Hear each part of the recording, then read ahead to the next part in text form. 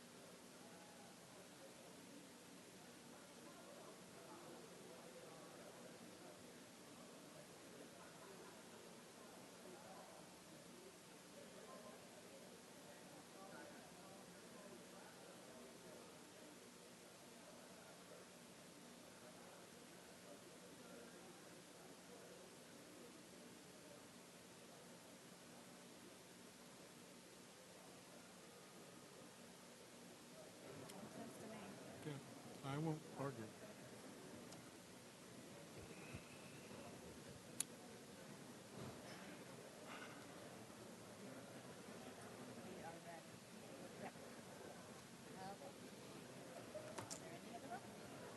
Are there any other votes? Announce the results. Ayes 120, noes 0. The bill is passed. Assembly 406, calendar number 28, Mr. Dinowitz, an act to amend the Real Property Actions and Proceedings Law.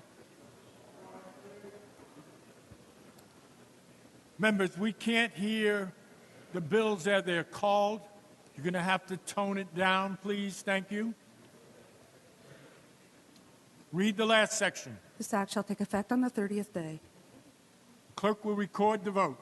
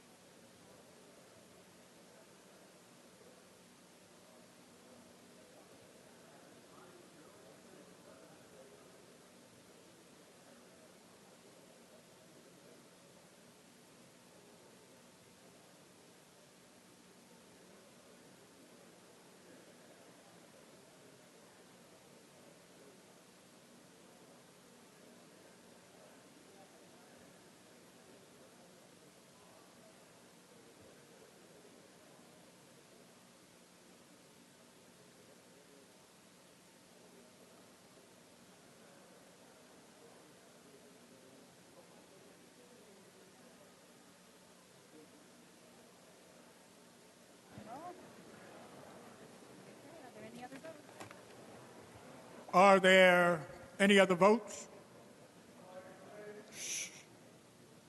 Announce the results. Ayes 127, noes 0. The bill is passed. Mr. Morelli? Yes, thank you, Mr. Speaker. As I indicated earlier, we have been noticed by the minority with 13 resolutions, proposed rules changes. I'd like to begin that process right now, Mr. Speaker. Ms. Cohen? Thank you, Mr. Speaker. I offer the following resolution, waive its reading, move its immediate adoption, and request the opportunity to briefly explain it.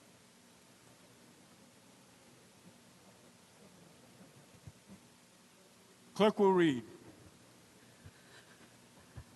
Resolution number 840, Assembly Resolution amending Rule 5 of the Assembly Rules in relation to limiting the number of terms of the Minority Leader of the Assembly or the Majority Leader of the Assembly. On the resolution, Ms. Cohen. Thank you, Mr. Speaker. I will just open with a few remarks generally regarding all the resolutions that will be put forth at this time. I spent much of my fall doing what many of you were doing this fall, and that was watching in the papers and in the press the unfolding of corruption trials having to do with our former Speaker and former President of the Senate. And it was an incredible process to follow. Because if you remember from these corruption trials, the defense that was put forth was that there was a way of doing business. It was Albany's way of doing business. And I can honestly say for the first time in my life, I looked at the comments of the former Speaker and I said, you know what? My God, he's right. He's absolutely right. This is the way Albany does business. But you know what? As the jury found out, it's also illegal. The way we do business, many elements of it are illegal. And at the very least, they are unethical. We have sat in this chamber a year ago when the initial trials, the initial charges came down, and we heard how we were going to change the way we do business, that it was not acceptable anymore, that we have new leadership in the chamber, that it was going to be different. Well, ladies and gentlemen, it's a year later, and I don't see anything any different. When you talk to your constituents at home, are you hearing something different than what you heard a year ago, or maybe a year before that? I don't see it happening. An interesting comment was made in the press in the last 24 hours to the extent that the feeling, well, you need 76 votes to pass a bill. But no, leadership was saying you need 76 votes of the majority party to pass the bill. Well, could someone in this chamber show me in our Constitution where it says you need 76 majority members to vote up on a bill to get it passed? Because I don't see that. The Constitution put forth by our founding fathers said 76 members of the House. That includes everybody. And there's a very important distinction for that, because what that does, it allows for the vetting of ideas from people across the state, not just people of a particular political persuasion, but of everybody. And that is very, very important. And I spoke on this last year when I talked about the entire process here, the entire legislative process is meant to be a vetting of ideas put forth by people representing others around the state. It is not supposed to be pushing forward a particular political agenda. And unfortunately, here in New York State, what's happened is it has come down to that. It has become a political process. And you know what? It's not just members of the minority party who get hurt by this. It's all of you, too. I've had members on both sides of the aisle say, I can't get a bill to the floor. The only people who can get a bill to the floor are the leadership and the people who are tapped on the shoulder by leadership. That's not an effective way of vetting of ideas. And that certainly doesn't benefit the people of this state. Now, we have these 13 resolutions. I will speak on the first one. And this one would put term limits, 4 consecutive 2-year terms on the majority leader and the minority leader. And it's important because we're not trying to squelch the power of the majority. What we're trying to do is open up a process for everybody. And that means term limits in the minority as well. This is a very important part of trying to open up the process to get faith back in government from the people we represent. And I'll tell you quite frankly, after watching everything that happened in the press, I didn't come here to be painted with that brush. I did not come here so that I can go home and I can be thought of as some corrupt politician who's off in Albany. This is the last time I will be bringing this up.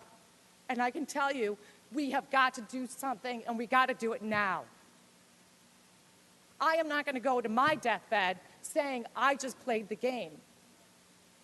I'm going to go to my deathbed and I'm going to say, you know what? I did everything I could for everyone in my district, not just the people who elected me, but everyone. I didn't serve the Republicans. I served the people of this state, and that's what this is all about. Thank you. Mr. Morelli on the resolution. Thank you. Thank you. Thank you, Mr. Speaker, for the opportunity to speak as we take up the first of the 13 proposed rules change resolutions offered today by the minority.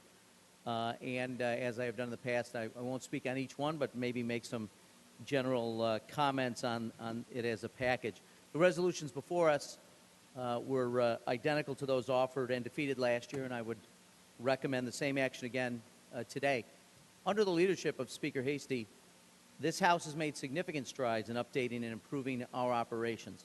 In just the last 12 months, we've made great strides in embracing technology, and I expect us to move further ahead in the coming months in that regard.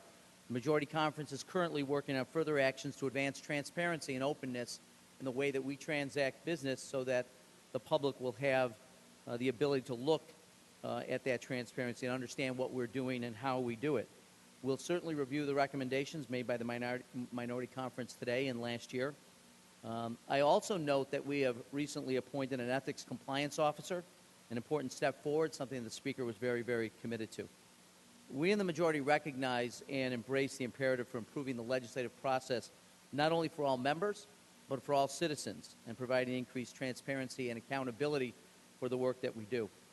And lastly, I would just note that several of the resolutions appear to have technical flaws, which we ought to be concerned about, and have unintended technical consequences. But as much, I'm concerned that once again they inappropriately tilt the balance in this chamber away from core democratic beliefs, which is the majority elected by the public is the way that we function, not only in this state, but every local community and, in fact, in the United States. The majority rules. Protecting minority rights is an important part of our Constitution and our rules, but the majority has been elected, and any changes which would lead away from majority rule to an inappropriate, in my view, balance which empowers essentially minority rule would not be appropriate, and I think these resolutions do that and would urge their defeat, Mr. Speaker. Clerk will record the vote.